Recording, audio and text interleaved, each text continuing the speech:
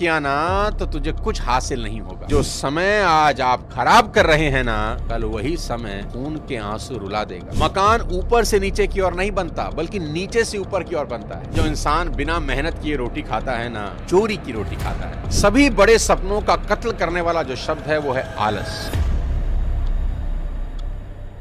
साथियों, कभी सोचा है कि इंसान नंगा ही क्यों पैदा होता है? इस एक बात को आज गहराई से सोचना कि पैदा होते वक्त किसी भी इंसान के तन पर वस्त्र नहीं होते। प्रकृति उसे कुछ नहीं देती, खाली हाथ भेजती है। होना तो ऐसा चाहिए था कि इधर बच्चा पैदा हुआ, उधर कुदरत ने आसमान से उसकी जरूरत की सभी चीजें टपका दी। गाड़ी भेज दी, मकान भेज दिए, ऐशो आराम की सभी चीजें भेज दी, खाने पीने की चीजें भेज दी कि ले भाई खा पी और ऐश कर।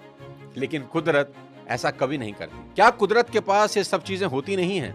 जरूर होती हैं, पर कुदरत कहती है कर्म कर और जो चाहता है मुझसे ले ले। तेरी जरूरत की हर चीज इस दुनिया में मौजूद है। तेरे मन में इच्छाएं जन्म लेती रहेंगी, लेकिन कर्म करके तू अपनी हर इच्छा पूरी करते रहना। कुदरत कहती है सावधान रहना, अगर तूने कर्म नहीं किया ना तो तुझे कुछ हासिल नहीं होगा, और फिर एक दिन मैं तुझे ऐसी ही वस्त्रहीन वापस बुला लूंगी। पृथ्वी का सारा वैभव तुझे पृथ्वी पर ही छोड़ना होगा। कुछ भी तेरे साथ न जाएगा। सुख और दुख मेरे ये दो दूत तेरे साथ रहेंगे हमेशा। तू जैसे जैसे कर्म करेगा तुझे वैसे वैसे फल मिलते रहेंगे। साथियों, ये है नेचर का चमत्कार। प्रकृति कहती है इस संसार में सब कुछ है जो तुम सोच सकते हो, और वो भी जो नहीं सोच सकते। पर कर्महीन के लिए इस दुनिया में कुछ नहीं है। गोस्वामी तुलसीदास जी ने बेहद शानदार लिखा है कि सकल पदार्थ हैं जग माही, कर्महीन नर पावत नाही। यानी इस संसार में सब कुछ है जो तुम्हें चाहिए, लेकिन जो कर्म ना करे उसके लिए कुछ भी नहीं है। गांधी कहते थे सबसे बढ़िया कमाई पसीने की कमाई। उन्होंने कहा जो इंसान बिना मेहनत किए रोटी खाता है ना, चोरी की रोटी खाता है। स्वाभिमानी इंसान कभी दूसरों की मेहरबानियों पर जिंदा नहीं रहते। और इस वीडियो में मैं आपको बताऊंगा कि कोई भी काम कभी छोटा नहीं होता। लोगों की दिक्कत क्या है जानते हैं? मैं बताता हूं। बड़ा काम मिल नहीं रहा और छोटा आप करेंगे नहीं, तो फिर जिंदगी में क्या करेंगे? क्या यूं ही इस जिंदगी का बेड़ा गर्क हो जाने देंगे? आज जरूर कुछ लोगों के पास जिंदगी के कुछ सहारे होंगे। माँ बाप का सहारा होगा, इधर उधर का कोई सहारा होगा, लेकिन कल यदि वो सहारे नहीं रहे तो क्या करेंगे हुजूर?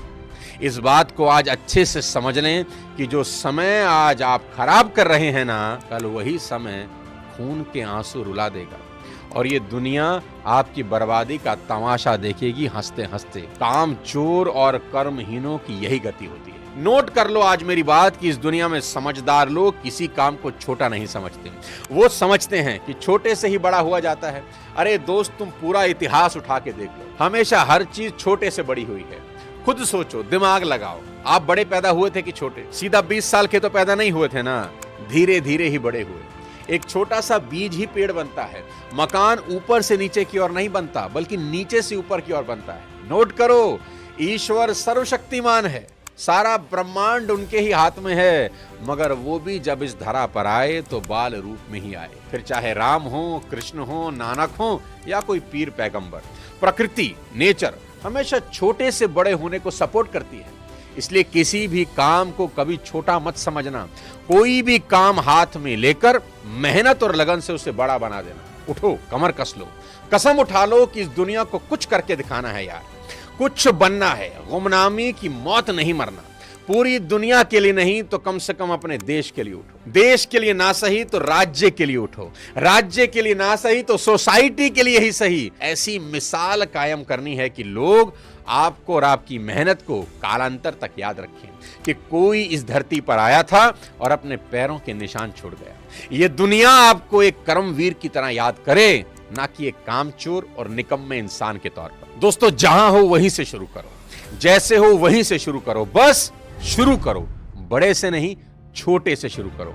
यहाँ सिखों के 5वें गुरु श्री अर्जुन देव के बारे में बात करना बहुत जरूरी है, उनको याद करना बहुत जरूरी है। अर्जुन देव जब चौथे गुरु के अखाड़े में शामिल हुए तो रिचुअल्स के अकॉर्डिंग उन्हें छोटे छोटे काम करने को दिए गए। उन कामों में झूठे बर्तन साफ करना शामिल था, अर्जुन देव जी को जो भी काम बताया गया उन्होंने बड़ी लगन और ईमानदारी से उसे पूरा कर दिया। उन्होंने छोटे काम करने में कोई संकोच नहीं किया, ना ही किसी तरह का कोई इंफीरियरिटी कॉम्प्लेक्स उनमें आया। वहां मौजूद बाकी अन्य शिष्य सत्संग का आनंद लेते थे, मौज ले रहे थे, परंतु श्री अर्जुन देव आधी आधी रात तक काम में लगे रहते और काम पूरा करके ही आराम करते थे। वहां के लोगों में यह परसेप्शन बन गई कि गुरुजी अर्जुन देव को तुच्छ समझते हैं, इसलिए छोटे मोटे काम ही इनको देते हैं। मगर उन्हें नहीं पता था कि गुरुजी सच्चे पारखी हैं। गुरुजी की समाधि का वक्त आया। समाधि लेने से पहले गुरुजी ने अपने शिष्यों में से एक उत्तराधिकारी चुना और उसका नाम एक लिफाफे में डालकर लिफाफा बंद कर दिया। उनकी समाधि लेने के बाद जब वो लिफाफा खोला गया तो सब हैरान हो गए।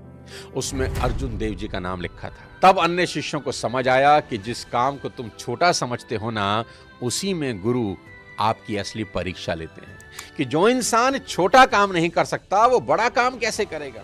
जो इंसान कम वजन ना उठा सके उसे भारी वजन कैसे दिया जा सकता है। स्वामी विवेकानंद कहा करते थे, कोई काम छोटा नहीं, यदि मनपसंद काम मिल जाए